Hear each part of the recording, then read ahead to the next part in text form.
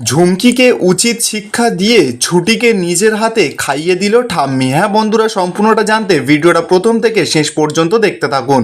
ধারাবাহিকের শুরুতে দেখা যাচ্ছে অভি তো সারা রাত ধরে ছুটির মাথায় জলপট্টি দিচ্ছে।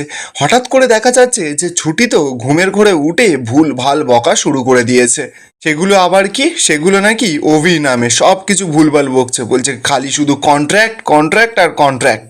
যেদিন এই ছুটি না জেগে উঠবে সেদিন এই কন্ট্রাক্ট ব্ল্যাক কফিতে গুলে একেবারে খাইয়ে দেবে। সে ঘুরে খ্যাঁকশিয়াল একটা। এইসব আজে বাজে তো কথা বলছে। অভি তো এবার রেগে গেছে, গিয়ে নিজের ফোনটা বের করে ভিডিও করা শুরু করে দিয়েছে। বলছে যে এইসব প্রমাণগুলো আমি রেখে দেবো, এইসব এভিডেন্স হিসেবে আমাকে রাখতে হবে। আপনি একবার ঠিক হয়ে উঠুন না, তারপর দেখুন আপনার কি ব্যবস্থা করি আমি। অভি তো এবার নিজের ফোনটা বের করে কিছুক্ষণ ছুটির ভুলভাল বকা ভিডিওগুলো করে। দেখা যাচ্ছে যে বেশ কিছুক্ষণ পর ছুটি আবারও শুয়ে পড়ে ঘুমিয়ে পড়ে। অভি তো এবার কি করবে, একটা চেয়ার নিয়ে ছুটির পাশেই ওখানেই ঘুমিয়ে পড়ে। এরপর দেখা যাচ্ছে পরের দিন সকাল হয়ে গেছে। অভি তো চেয়ারের উপরেই বসে বসে ঘুমাচ্ছে। ছুটির তো এবার ঘুমটা ভেঙেছে। ছুটি অভির দিকে এক দৃষ্টিতে তাকিয়ে আছে। হঠাৎ করে ছুটির চোখ পড়ে যে একটা গ্লাসের ভেতরে রুমাল রয়েছে। ছুটি তখন সেটা হাতে নিয়ে বলছে যে হে ভগবান, মনে হয় মানুষটা সারা রাত ধরে আমাকে জলপট্টি দিয়েছে, কিন্তু রুমালটাকে কে গ্লাসের মধ্যে চুবিয়ে চুবিয়ে জলপট্টি দেয়? এই মানুষটাকে যতক্ষণ না আমি আসল পরীর হাতে তুলে দিতে পারছি ততক্ষণ আমার শান্তি নেই। এবার তো দেখা যাচ্ছে অভির আচমকা ঘুমটা ভেঙে গেছে। অভি তো থতমত খেয়ে উঠেই ছুটির কপালে গায়ে হাত দিয়ে দেখছে যে আপনার জ্বরটা কমেছে। তো এবার ছুটি তখন অভিকে বলছে যে আপনার সারা রাত অনেকটা ধকল গেছে তাই না আমার জন্য। অভি তো এবার কি বলবে, ছুটির কথার তো কোনো জবাব নেই। তাই জন্য কথাটাকে ঘুরিয়ে দিয়ে বলছে যে যা করেছি আমি সব কিছু ডিলের জন্যই করেছি, আর আমাকে দেখাতে হবে না যে আমাদের মধ্যে কতটা প্রেম।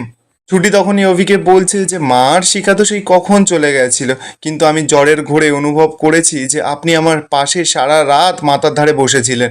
অভি তো এবার কি বলবে, কিছুই তো বলার নেই। অপরদিকে দেখা যাচ্ছে যে শতরূপা আর শিখা মিলে তো খুব তাড়াহুড়ো করে রান্না বান্না করছে, কারণ ছুটি সকাল থেকে না খেয়ে আছে কালকে রাত থেকে। ঠিক তখনই তো দেখা যাচ্ছে যে সেখানে ছুটি সুস্থ হয়ে নিচে চলে এসেছে। শতরূপা তো এবার ছুটির কাছে ছুটে ছুটে গেছে, ছুটিকে গিয়ে বলছে ছুটি তোর শরীরটা এখন কেমন আছে, আর তুই উঠেই বা এলি কেন? আমি তো চা জল খাবার নিয়ে যাচ্ছিলাম তোর ঘরে।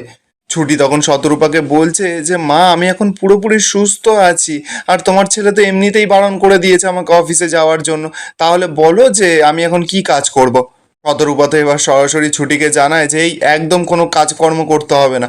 কালকে মেয়েটার জ্বর গেল, আবার আজকে নাকি রান্নাঘরে এসেছে, যা একদম রান্নাঘর থেকে বেরো। এবার তো ছুটি কি করবে, ওখান থেকে চলে যাচ্ছিল। ঠিক তখনই তো ঠাম্মি, ঈশা, ঝুমকি সকলে সেখানে চলে আসে। হ্যাঁ, ছুটি তো এবার ঠাম্মিকে দেখে বলছে যে গুড মর্নিং ঠাম্মি। ঠাম্মি তো কোনো কথার উত্তর না দিয়ে ওখান থেকে খাবার টেবিলের দিকে চলে যায়। ঠাম্মি গিয়েই শতরূপাকে বলছে বৌমা সকলের খাওয়া দাওয়া হয়ে গেছে তো?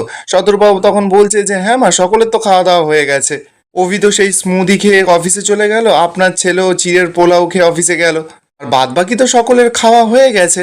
আমি তো এবার শতরূপাকে বারবার করে জিজ্ঞাসা করছে যে তুমি ভালো করে দেখে বলছো তো যে সকলের খাওয়া হয়ে গেছে? শতরূপা তো এবার ঠাম্মিকে বলছে যে হ্যাঁ মা, সকলের তো খাওয়া হয়ে গেছে, এই তো আমি, শিখা, ঈশা আর ওই ঝুমকি, এরা চারজনেই তো বাকি রয়েছি। শতরূপা তো এবার ব্যাপারটা বুঝতে পেরেছে, মনে মনে বলছে আচ্ছা নাত বইয়ের খোঁজ করা হচ্ছে তাই তো। না না, আমি তো কিছুতেই মুখ ফুটে বলবো না, যতক্ষণ না আপনি নিজের মুখে নামটা নেবেন আমি তো বলবোই না। ঠাম্মি তো এবার শতরূপাকে বলছে আরে বাবা, যেই মেয়েটা আমাদের চোখের সামনে সবসময় ড্যাং ড্যাং করে ঘুরতে থাকে, যার জ্বর হয়েছে, সে কি খেয়েছে? তাকে তো খাবার টেবিলে দেখতে পাচ্ছি না। ঠিক তখনই তো ছুটি ওখান থেকে চলে যাচ্ছিল। এবার ঠাম্মির মুখে ওই কথাগুলো শুনে ছুটি তো সঙ্গে সঙ্গে দাঁড়িয়ে পড়ে। ছুটি কখনো ভাবতেই পারেনি যে ঠাম্মি ও না ওর খোঁজ করছে। দিকে শতরূপা তো ঠাম্মিকে বলছে মা, আপনি কি ছুটির কথা বলছেন? আরে আসলে ওর মুখে তো কোনো স্বাদ নেই, ও তো জ্বর হয়েছে, তাই জন্য একটু ঝাল ঝাল সুজি করেছি আর একটু স্যুপ করব, দেখি ও যদি খায়। ঝুমকি তো এবার সেই সমস্ত কিছু দেখে রেগে পুরো লাল হয়ে যাচ্ছে। বলছে হুম, মহারানীর জন্য আবার স্যুপ করা হচ্ছে। ঝুমকি তো এবার প্ল্যান করে ছুটিকে কেস খাওয়ায়। ঠাম্মিকে বলছে ঠাম্মি, ওর যখন জ্বর হতো না, ছুটি শুধু বার্লি খেত। দূর থেকে তো এবার ছুটি সেই কথাটা শুনেই রেগে যায়, বলছে দেখ কেমনভাবে আমাকে কেস খাওয়াচ্ছে, আমি বার্লি একদম খেতে পছন্দ করি না, আর ও আমাকে কেস খাইয়ে বার্লিটা খাওয়াবে। ছুটি তো এবার ইশারা করে করে শিখাকে ডাকছে, শিখাকে ইশারা করে করে বলছে যে ও বার্লি খায় না একদম। শিখা তো বুঝতে পেরেছে যে ছুটি বার্লি খায় না। ঠাম্মি তো এবার শতরূপাকে বলছে যে ও বার্লি খাক আর স্যুপই খাক, যাই খাক যেন খেয়ে নেয়, আর ডাক্তারটা দেখাতে যেন না ভোলে। আর এ বাড়িতে যদি কারোর জ্বর হয় না, ঘি আর ওই কালো জিরে মিশিয়ে ভাত দেওয়া হতো। এবার তুমি তোমার বৌমাকে কি দেবে তুমি ভেবে দেখো। রূপা তখন ঠাম্মিকে বলছে, হ্যাঁ ম্যাম আমি এক্ষুনি ওটার ব্যবস্থা করছি। অপরদিকে দেখা যাচ্ছে ছুটি তো সেই সমস্ত কিছু দেখে মনে মনে খুব খুশি হচ্ছে, বলছে ঠাম্মি আমার জন্য এত চিন্তা ভাবনা করছে। রাধা মাধব তুমি বোধহয় জ্বরটা আমাকে আশীর্বাদ রূপেই দিলে, তাই না? ঈশা তো এবার ঠাম্মির পাশে বসেছে, ঠাম্মিকে গিয়ে বলছে, ঠাম্মি তুমি ওই ছুটি বলে মেয়েটার জন্য এতটা ভাবছো কেন? ঠাম্মি তখন ঈশাকে সরাসরি বলছে যে তুমি যা কাজটা করেছো সেটার প্রায়শ্চিত্ত করতে হচ্ছে আমাকে। হুমকি তো এদিকে মনে মনে বলছে, এ তো দেখছি আমি পুরো কেস খেয়ে যাচ্ছি, ঠাম্মির মন কি আস্তে আস্তে ছুটির জন্য গলতে শুরু করলো নাকি? অন্যদিকে ছুটি তো এবার যখনই যেতে যাবে ঠিক তখনই তো দরজার গায়ে ধাক্কা লেগে একটা জোরে আওয়াজ হয়।